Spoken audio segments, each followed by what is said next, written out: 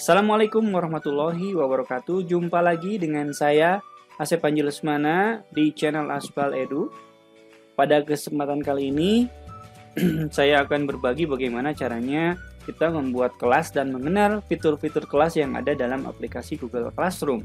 Ya, ini adalah pengetahuan dasar ketika kita akan melakukan kegiatan belajar secara daring menggunakan aplikasi yang sudah sangat terkenal dari Google, yaitu Google Classroom.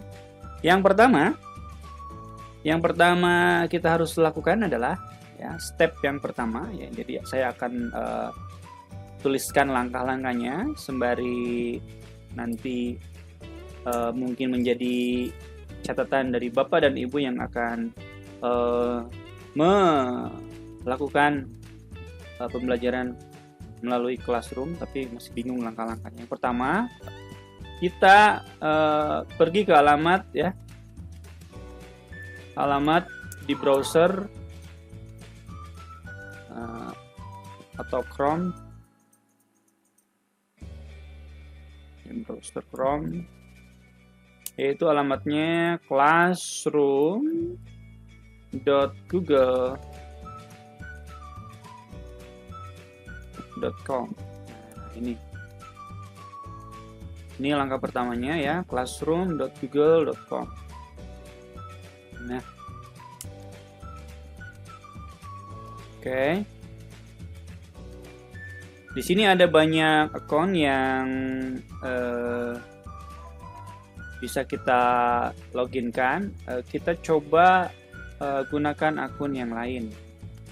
Nah ya, andai kata kita masih baru banget ya, baru sekali menggunakan aplikasi Google Classroom, maka kita harus mengetikkan alamatnya ya. Asep Panji Lesmana @seman2depok.com ya. Ini alamat yang saya share kepada teman-teman kemarin ketika kita pelatihan, yaitu alamat institusi gitu ya. Kalau di antara Bapak dan Ibu ada yang menyaksikan video ini namun memiliki alamatnya yang versi Gmail ya, misalkan seperti ini, tidak masalah ya. Ini juga bisa login. Jadi dua-duanya sama saja, cuman ini memang keistimewaannya akun institusi. Jadi akun yang dimiliki oleh pihak sekolah. Oke, kita klik berikutnya. Masukkan password yang sudah kami berikan kemarin, kemudian klik berikutnya. Nah,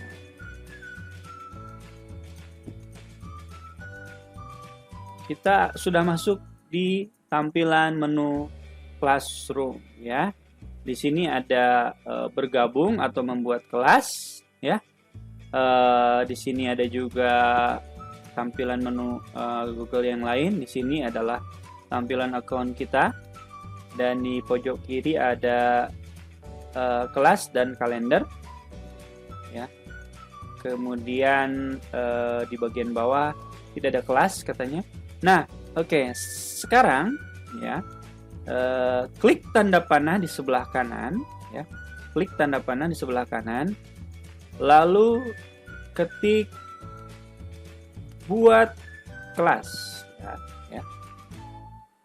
Ketik tanda panah ya, yang 2,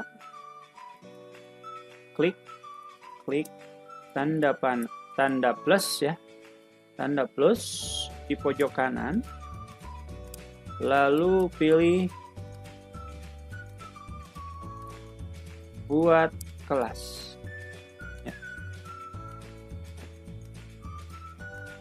Buat kelas.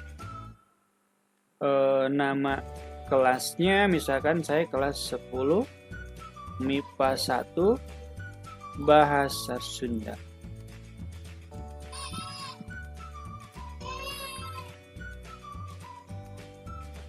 Bagian dari SMA Negeri 2 Depok. Mata pelajarannya saya ulang, Bahasa Sunda. Ruangannya R MIP 10 MIPA 1 ya. Jadi di langkah-langkahnya yang ketiga itu isikan nama kelas, ya. Kemudian contohnya 11, 10, 1.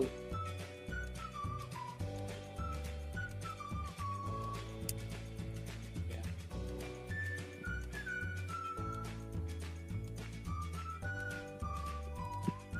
Bagian kelas,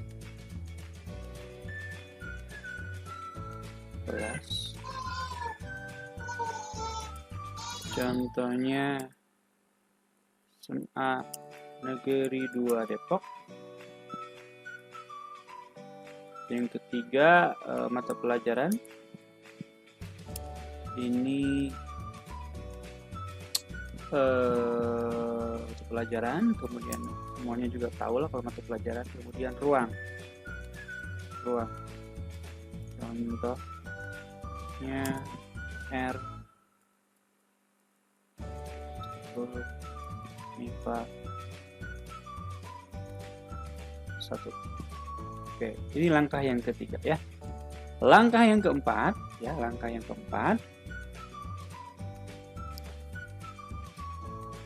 kita akan melihat sebuah kelas yang sudah dibuat tadi ya, yaitu kelas 10 MIPA 1. Langkah keempat adalah catat kode kelas kita gitu ya. Catat kode kelas kita ya. Yang ada di halaman depan. Catat kode kelas kita yang ada di halaman depan. Kemudian share atau bagikan ke siswa kelas yang bersangkutan. Contohnya kalau membuat kelas 10 MIPA 1,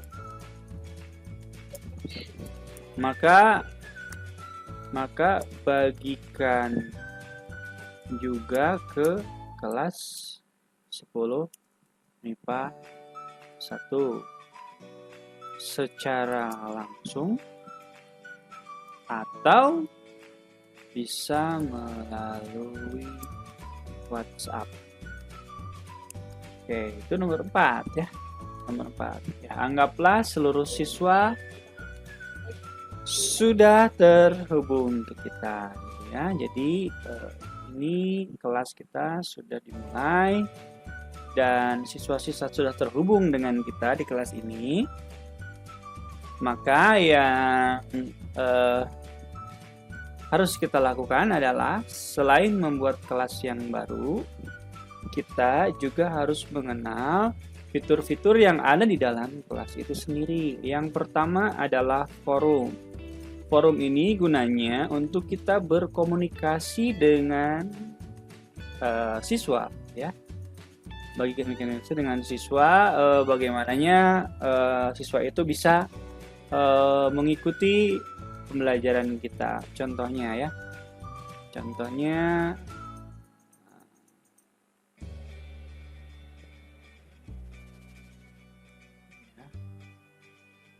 kelas. Selamat ya. Silakan melakukan pembelajaran daring dari mulai tanggal 17 Maret 2020 sampai dengan batas waktu yang ditentukan. Oke, misalkan ya. Oke, lalu kita posting. Nah, Seluruh siswa akan menerima notifikasi bahwa kita telah mengetikkan sesuatu di sini ya. Nah, selain menu forum ini kita juga bisa menyampaikan sesuatu ke siswa. Siswa juga bisa berkomunikasi atau berinteraksi antara siswa ya. Jadi siswa dengan siswa juga bisa saling mengobrol di sini ya. Itu fungsinya dari forum ya, forum. Ya, kemudian di tugas kelas. Sekarang kita ke tugas kelas. Nah, tugas kelas ini fungsinya adalah ketika kita akan memberikan materi, memberikan tugas, memberikan kuis, atau memberikan ulangan kepada siswa ya. Contoh ya. Contoh, kita akan membuat tugas ya. Membuat tugas itu adalah kita membuat tugas sederhana yang biasanya berupa esai ya, berupa isian ya, isian. Kita tinggal ketikkan di sini tugas mandiri bahasa Sunda. Ya, kerjakan titik tugaskan gitu ya.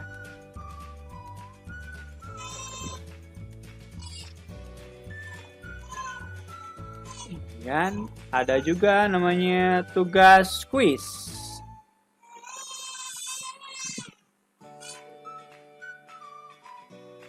Tugas kuis ini khusus untuk soal-soal yang berupa isian atau esai juga bisa sebenarnya, namun sudah dalam bentuk format isian tinggal klik saja gitu. Untuk format jadi ketika kita sudah buat, nah ini ada kuisnya gitu. Bisa dibuat judulnya kuis 1 atau ulangan 1 kemudian petunjuknya kerjakan sesuai waktu yang diberikan ya. Kemudian kuisnya kita isi di Google Form, lalu kita tulisan batasan waktunya, misalkan hari ini juga sampai dengan jam 23 misalkan. Kalau ulangan nggak mungkin sampai jam 23, ulangan misalkan sampai 13.00 lah ya. Oke. Kemudian tugaskan. Itu kalau tugas. Nah, ada juga namanya itu pertanyaan. Nah, pertanyaan ini biasanya hanya berupa satu pertanyaan yang isinya diperlukan oleh guru untuk keperluan pembelajaran. Ya, di sini bisa jawaban singkat, bisa pilihan ganda. Kalau jawaban singkat misalkan buatlah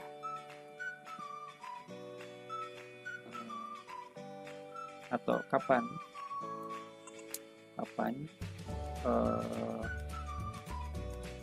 jelaskan tentang carita pantun dan unsur-unsur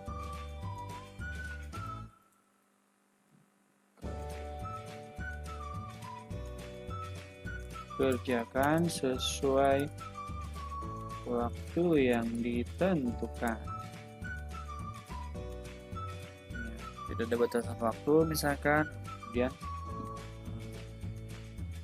ke seluruh siswa tanyakan.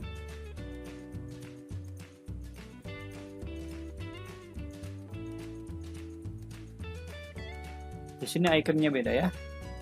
Ya, ini ada pertanyaan, ada ulangan, ada tugas mandiri ya. Tugas mandiri. Nah, ini ada tenggat waktunya. Ya, tenggat waktunya. Kemudian ada juga yang namanya materi. Nah, kalau materi kita bisa misalkan bab 7 cerita wayang. Nah, bacalah buku elektronik berikut. Bisa attachment file ya, attachment file. Kemudian cari filenya dari komputer kita ya. Misalkan saya mau menyampaikan ini ya, learning ya.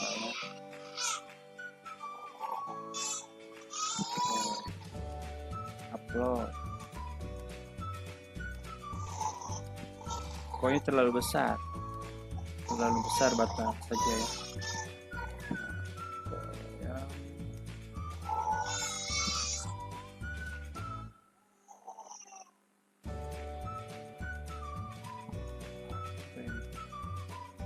Saku PDF ya.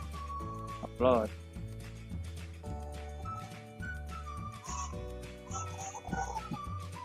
Posting. Nah, ada cerita wayang, ada ulangan, ada cerita wayang itu tentang materinya, lambangnya adalah berbentuk buku, question tentang cerita pantun, terus ada ulangan, terus kemudian ada tugas mandiri. Ini adalah yang harus dikerjakan. Oke, kemudian ada anggota. Anggota ini nantinya akan berupa urutan siswa dari A sampai Z yang berada di kelas ini. Kemudian ada nilai ya, ada nilai. Untuk lebih menjelaskan tentang siswa dan nilai ini, saya akan memberikan contoh di kelas yang mungkin sudah bisa dijelaskan karena sudah terisi. Mungkin saya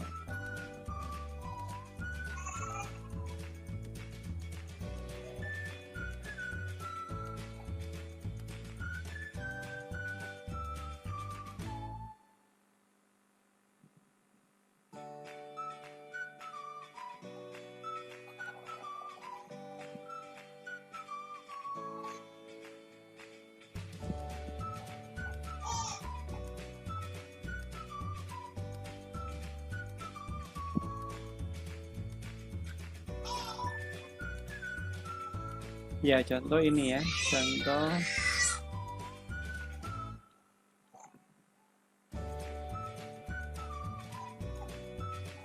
nah ini ada anggota sudah lengkap dari A sampai Z gitu ya. Kemudian nilai juga tugas, nilai dongeng dan lain-lain sudah masuk ke kita.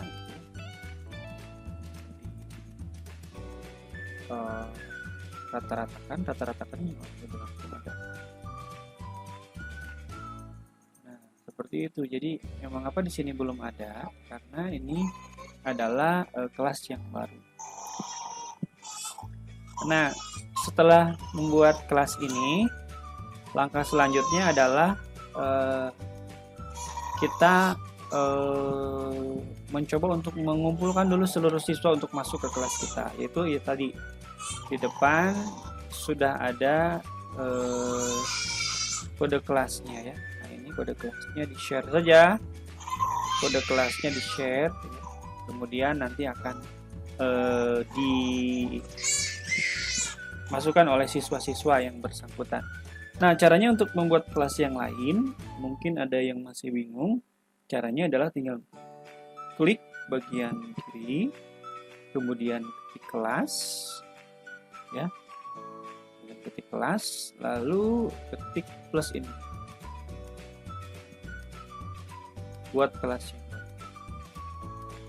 Nah, buat kelas seperti tadi, lalu nanti kelasnya kalau lama-kelamaan akan berbentuk seperti ini, banyak kelasnya. Nah, kita juga bisa membuat personalisasi ketika kelas-kelas tersebut ingin kita ubah temanya. Misalkan ini ya, pilih temanya mungkin kalau yang eksak bisa matematika science. Oke, pilih tema kelas. Nah, oke, temanya mungkin lebih berhubungan ya. Nah, di sini juga ada upcoming-nya, mendatang jam 13 ulangan ya. Jadi di schedule kelasnya itu ada di sebelah kiri. Menurut saya tampilannya sederhana, simple, namun memberikan siswa berbagai macam benefit, baik siswa maupun guru ya sebenarnya. Jadi ini sangat berguna untuk kita semuanya.